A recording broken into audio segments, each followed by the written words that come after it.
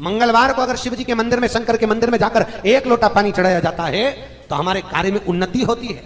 जिसकी फैक्ट्री ना चलती हो, बहुत दुकान ना चलती हो, तो हनुमान जी के पांव का थोड़ा सा सिंदूर लेकर यदि उस सिंदूर को किसी भी फैक्ट्री या दुकान में हनुमान जी के छोटे भाई गतिमान के नाम से अगर एक बिंदी भी सिंदूर की रख दी जाती है तो वो दुकान और फैक्ट्री भी झड़के से चलना प्रारंभ हो जाती है।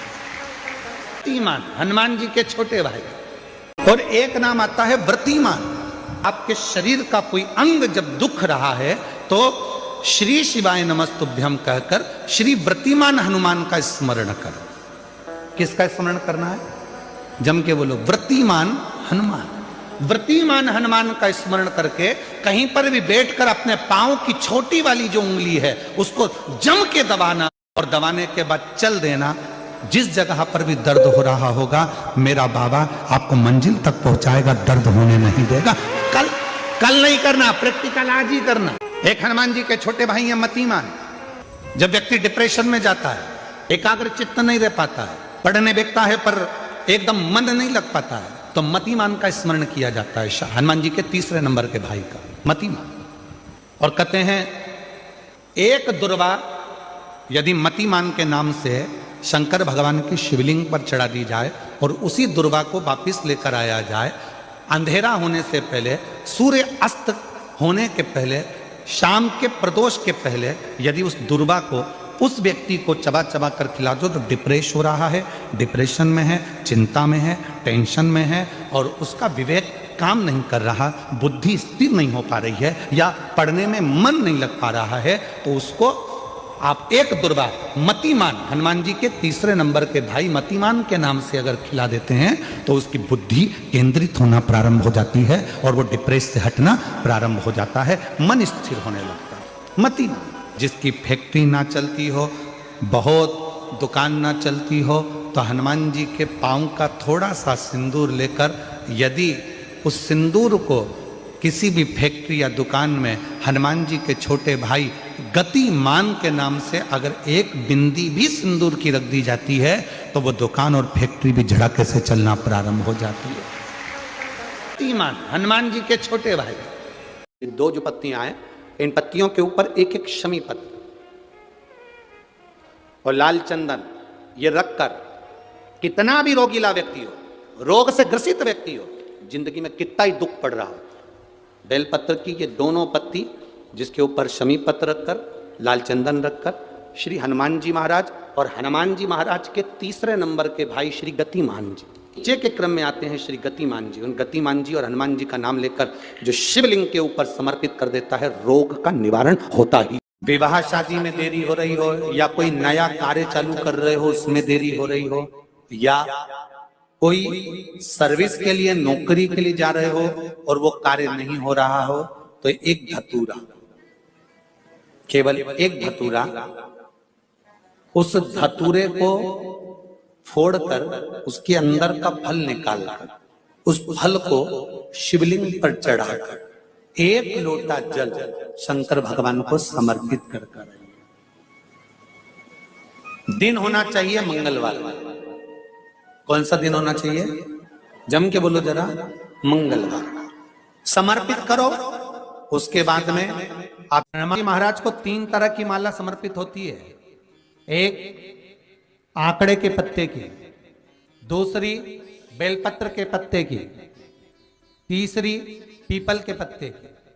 ये 3 तरह की माला जब शंकर हनुमान जी महाराज को समर्पित होती है, आंकड़े की माला महाराज एक अवतार श्री हनुमान जी महाराज, हनुमान जी महाराज को 3 तरह की माला समर्पित होती है।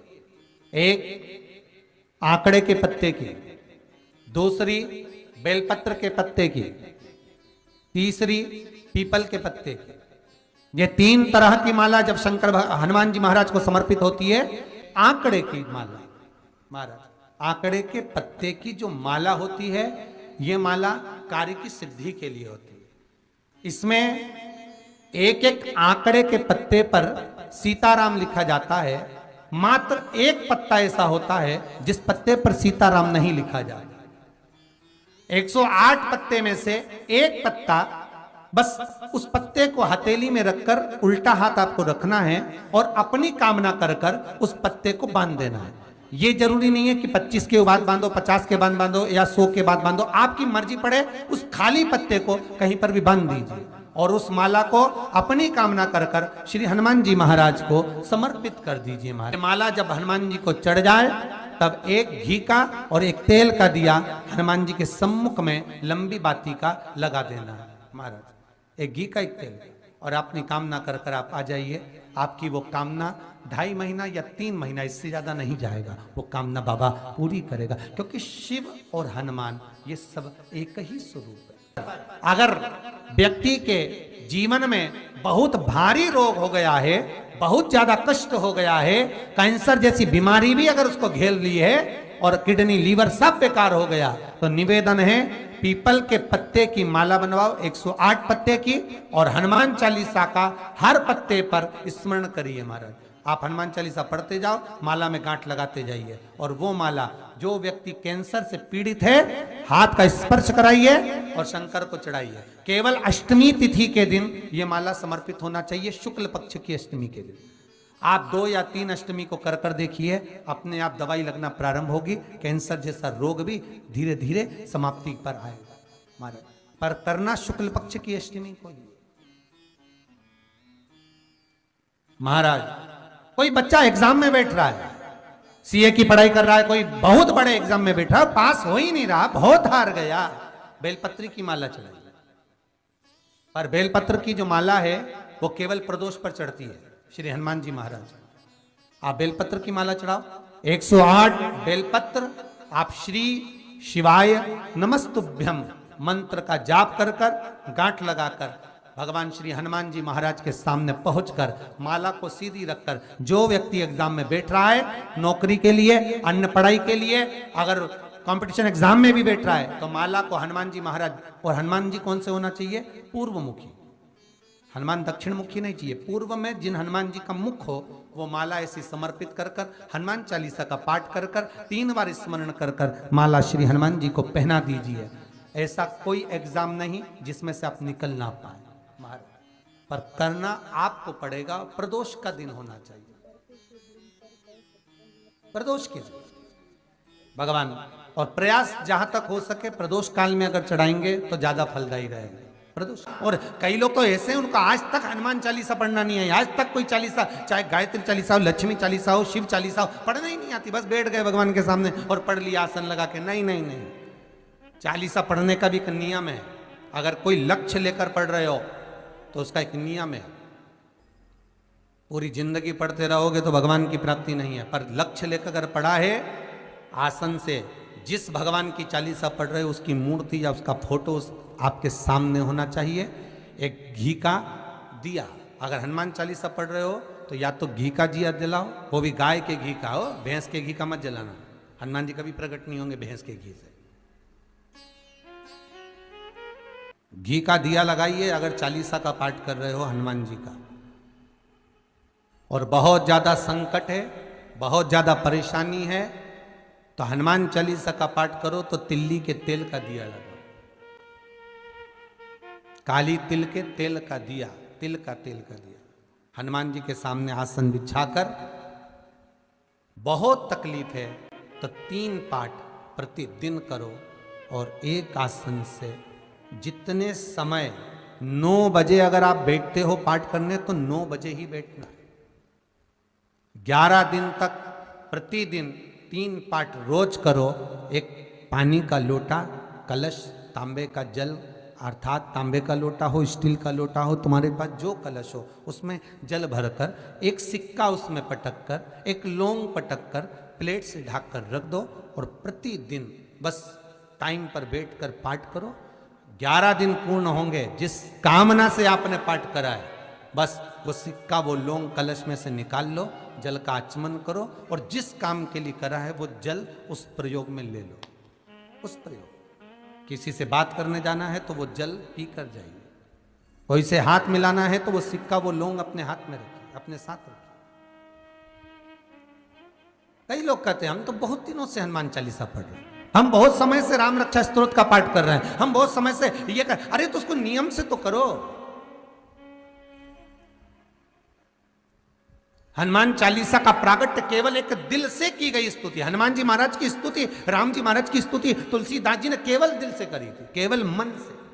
और ये नहीं कहते कि हनुमान चालीसा पढ़ोगे तभी भगवान, नहीं नहीं, आप दिल से अगर भगवान को पुकार लीजिए, आप दिल से पुकारो उसको, वो आएगा। नियम है महाराज, बहुत ध्यान दीजिएगा। पंचमुखी हनुमान का एक स्मरण, पंचमुखी हनुमान का एक भाव।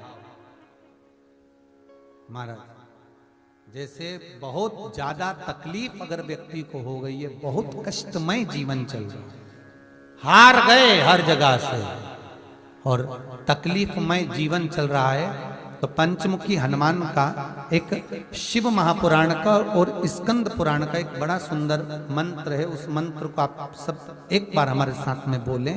ओम नमो हनुमते रुद्र अवताराय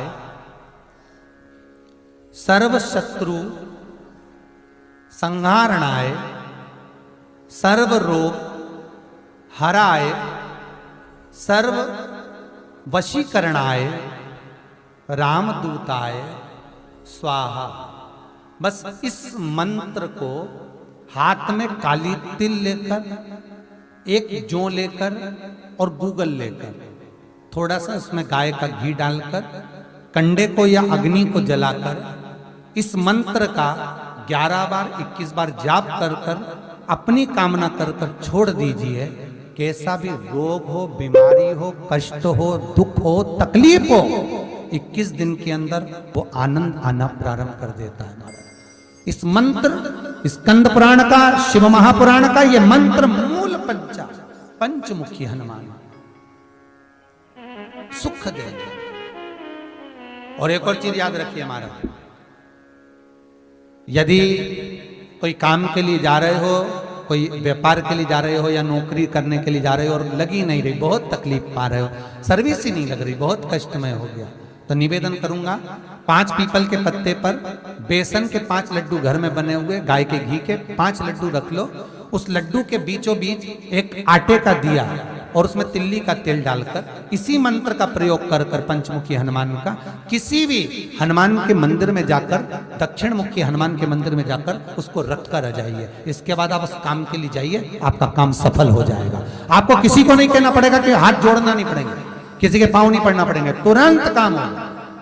बस इस मंत्र का स्मरण कर कर पंचमुखी हनुमान का भूतेश्वर जो मंत्र है वो सुख देने वाला, आनंद देने वाला, सहज नहीं महाराज, सुख की खान है, आनंद की राशि में। महाराज आप कोई बहुत बड़ा काम करने जा रहे हो, बहुत बड़ा यज्ञ अनुष्ठान, विवाह, शादी आदि फंक्शन करने जा रहे हो, 4 दिन 8 दिन के लिए आप घर से बाहर जा रहे हो और आपको लगता है कि घर में ताला कैसे लगाएं, तो निवेदन है एक तांबे के कलश में जल भर लीजिए और जल भरकर उसमें थोड़ी सी काली तिल डाल दीजिए, भूतेश्वर शिव का नाम लेकर। कौन से शिव का? भूतेश्वर, शमशानवासी भूतेश्वर शिव का नाम लेकर काली तिल डाल दीजिए, कलश को प्लेट से ढक दीजिए, घर के किसी भी भाग में उसको रख दीजिए। उसके बाद आप चले जाओ। किसी की सामर्थ्यता नहीं है कि उस घर में कोई पांव रखे, किसी की सामर्थ्यता नहीं है। और अगर कोई भूले से पांव भी रख दिया तो 22 दिन या 21 दिन के अंदर उसको, जैसे लोगों को हवा आती है ना, बस उसको चक्कर आना चालू हो, बाल खोल खोल के घुमा मिलेगा। शास्त्र प्रमाण करता है हमारा भूतेश्वर शिव। ये कलश जो होता है ना, जल का जो पात्र होता है, ये साधारण नहीं होता, सहज नहीं होता महाराज। जैसे आज आपने मेरी लाज रखी, रक्षा करी और किसी को आने नहीं दिया, विनती स्वीकार करना। आपका जल पात्र भूतेश्वर के नाम से काली तिल से जहां रखा जाए उस ग्रह में कोई प्रवेश ना कर पाए। शिव जी ने वचन दे दिया, मेरी चंडियां 64 योगनियां, डाकनी, पिशाचनी, चुड़ैल और भूत इस कलश के विराजमान होते ही सर्वस्व फैल जाते हैं, फिर अंदर कोई नहीं आ सकता, भीतर प्रवेश नहीं हो सकता। जिसकी फैक्ट्री नहीं चलती हो, प्रॉपर्टी की आप खरीदारी बेचादारी करते हो, प्रॉपर्टी से जुड़ा हुआ काम करते हो, या लोहे से जुड़ा हुआ करते हो, या फैक्ट्री आदि का कर्म करते हो, कोई मैन्युफैक्चरिंग करते हो, वो नहीं चल रहा, तो हनुमान जी के उल्टे पांव का सिंदूर लीजिए और हनुमान जी के दूसरे नंबर के भाई गतिमान का नाम लीजिए। किसका नाम लेना है? गतिमान। गतिमान का नाम लेकर फैक्ट्री के बाहर या फैक्ट्री पर एक स्वस्तिक का निर्माण कर दीजिए, हनुमान जी के उल्टे पांव के सिंदूर और गतिमान का नाम लेकर। कभी आपकी फैक्ट्री कोई काम नहीं निकालेगी, उन्नति की ओर ही लेकर जाएगी, कभी घाटे की ओर नहीं जाएगी। गतिमान का नाम, रतिमान, केतुमान, मतिमान, ये जितने भी नाम है हनुमान जी के भाइयों के, ये सब कल्याण प्रद, एक एक नाम कल्याण प्रद हमारे, एक एक।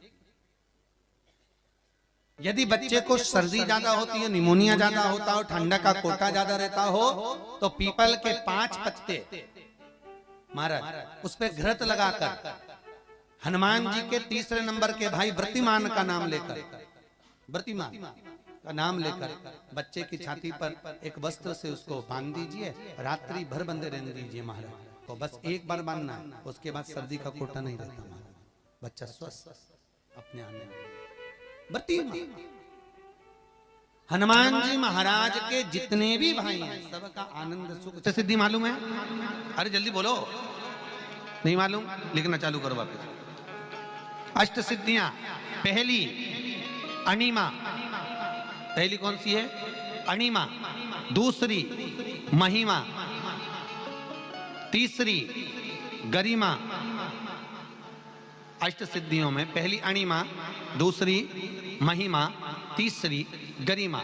ये हनुमान जी महाराज की जो अष्ट सिद्धियां हैं, इन सिद्धियों के लिए आपको ज्ञात होना चाहिए, हनुमान जी महाराज के जब घर में तुम रोज हनुमान चालीसा का पाठ करती हो, आज एक दिन हो गया, कल दूसरा दिन हो गया, तीसरा दिन हो गया, कैलेंडर में जो पंचांग हो कैलेंडर हो, उस कैलेंडर में एक निशान बनाकर रखो कि आपके 108 जब पाठ पूरे हो जाएं, तब 108 बाती आप हनुमान जी महाराज की इन अष्ट सिद्धियों के नाम से लगा दीजिए।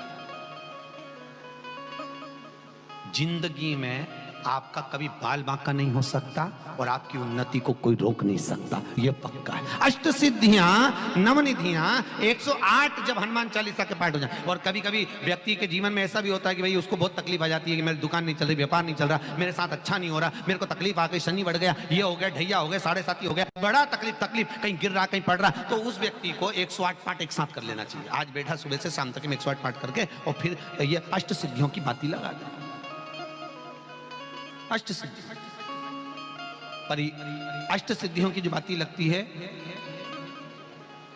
घृत में है, घी घृत, अष्ट सिद्धि। तो ये बाती, तो पहली अणिमा सिद्धि, दूसरी महिमा, तीसरी गरिमा, चौथी लघिमा, चौथी है लघिमा, पांचवी प्राप्ति,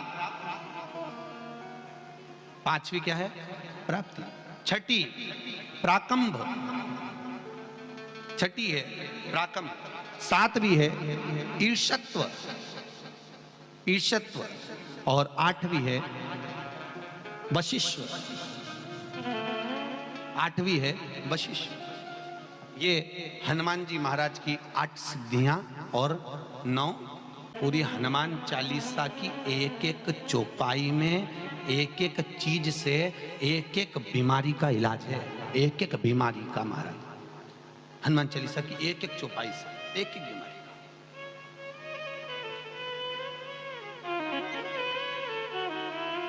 हमारे जीवन को हम चौपाइयों के क्रम से एक एक शब्द का भान करें कि वो उससे हमें प्राप्ति क्या है। अष्ट सिद्धि नवनिधि किस जगह पर स्कंद जी दे रहे हैं? नवनिधियां, जहां पर सेतु बंद हुआ, जहां पर सेतु। तो आप रामेश्वर जाएं, पुराने डाकघर के पास में आज भी 9 शिलाएं नवनिधि के लिए स्कंद देव ने वहां विराजमान करी थी, वहीं हनुमान जी महाराज ने जलपान करा था, वो स्थान आज भी विराजमान। आज हनुमान जी महाराज, अगर किसी पति पत्नी में झगड़ा चल रहा हो, प्रेम नहीं बढ़ रहा हो, बहुत क्लेश हुई और अदालत में बात पहुंच गई, तलाक होने वाला है, तो भी गतिमान का नाम लेकर हनुमान जी के मंदिर में एक ध्वजा लगा दी जाती है और उस पर ध्वजा पर स्वस्तिक बना दिया जाता है गतिमान का नाम लेकर। तो पति पत्नी का प्रेम वापस बढ़ जाता है और तलाक नहीं होता है महाराज। जिसका तलाक नहीं चाहिए, अगर मन से सोच के बैठे कि तलाक चाहिए तो मत करो, पर नहीं चाहिए, प्रेम बढ़ाना है, उसके लिए लगे। तो उन्होंने हनुमान जी से कहा कि तुम क्या चाहते हो? हनुमान जी बोले मेरे को जाना है, क्योंकि जहां राम वहां हनुमान। हनुमान जी जब कहने लगे कि मेरे को जाना है, तो राम जी महाराज बोले नहीं नहीं हनुमान, तुझे सबसे ज्यादा प्रिय क्या है? तो कह राम। तो हनुमान तू कह रहा है सबसे ज्यादा प्रिय है राम प्रिय है, तो एक बार जिस समय देवऋषि नारद का अपमान हुआ, विश्वामित्र बाबा का अपमान हुआ, उस समय पर एक राजा ने जब अपमान करा तो तूने उसको राम नाम लिखकर एक जगह पर बिठा दिया और कहा कि तू राम नाम जपते रहे। उसने राम नाम जपा। तब हनुमान याद कर, मेरे सम्मुख में तू खड़ा था और युद्ध होने वाला था, तो तूने क्या कहा था? प्रभु आप इसको मार नहीं सकते क्योंकि ये आपका नाम ले रहा है। राम से बड़ा होता है राम का नाम, आप इसे मार नहीं सकते। तब आपने ये संवाद कहा था, हनुमान बता तेरी प्रियता क्या है? हनुमान जी कहते हैं प्रभु आपने मुझे जगा दिया, क्योंकि मुझे श्राप ये मिला था कि तू जागेगा किसी की जगाने पर, आपने मुझे जगा दिया, इसलिए है नाथ अब मैं जाना नहीं चाहता, सत्संग करना चाहता।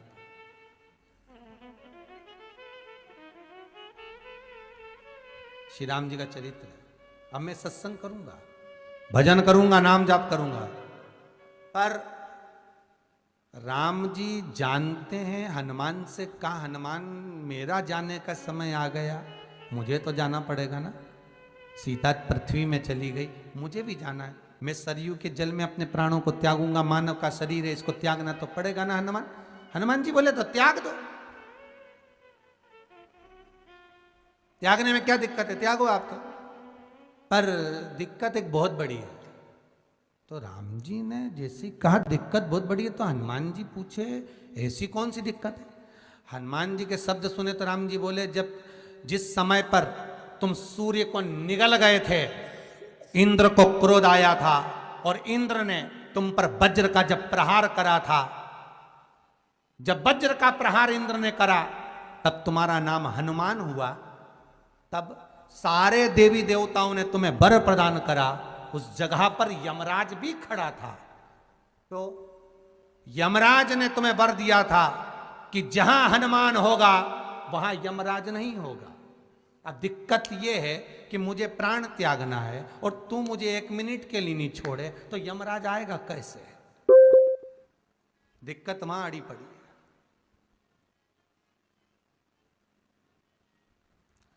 हनुमान जी मुस्कुरा के बोले राम जी महाराज से, प्रभु मैं आपके बिना रह नहीं सकता। तो राम जी बोले मैं भी जानता हूं कि तू मेरे बिना नहीं रह सकता, पर एक काम तो कर सकता है ना। क्या? मैं अगर कोई काम बताऊंगा तो तू करेगा कि नहीं करेगा? हनुमान जी बोले आपका काम और मैं ना करूं, ऐसा कभी हुआ है? जरूर करूंगा। ठीक है, बस अब राम जी महाराज ने सोच लिया कि हनुमान को जाने से पहले काम पर लगाना। अब वो कौन सा काम था? बोलो रे भाई। हनुमान जी को कहां काम पर लगाया राम जी ने?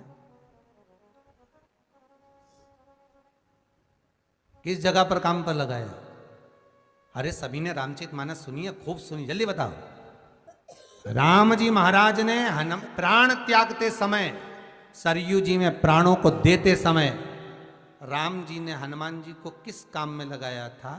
कि राम जी ने अपने हाथ की एक मुद्रिका जिस पे राम लिखा हुआ था, वो मुद्रिका एक अयोध्या की एक सरंग में जमीन में डाल दिया और हनुमान से कहा जा जरा ढूंढ के लेके आ, मैं अभी घूम कर आया। और हनुमान जी तलातल रसातल भूमि के नीचे पताल में चले गए उस मुद्रिका को ढूंढने के लिए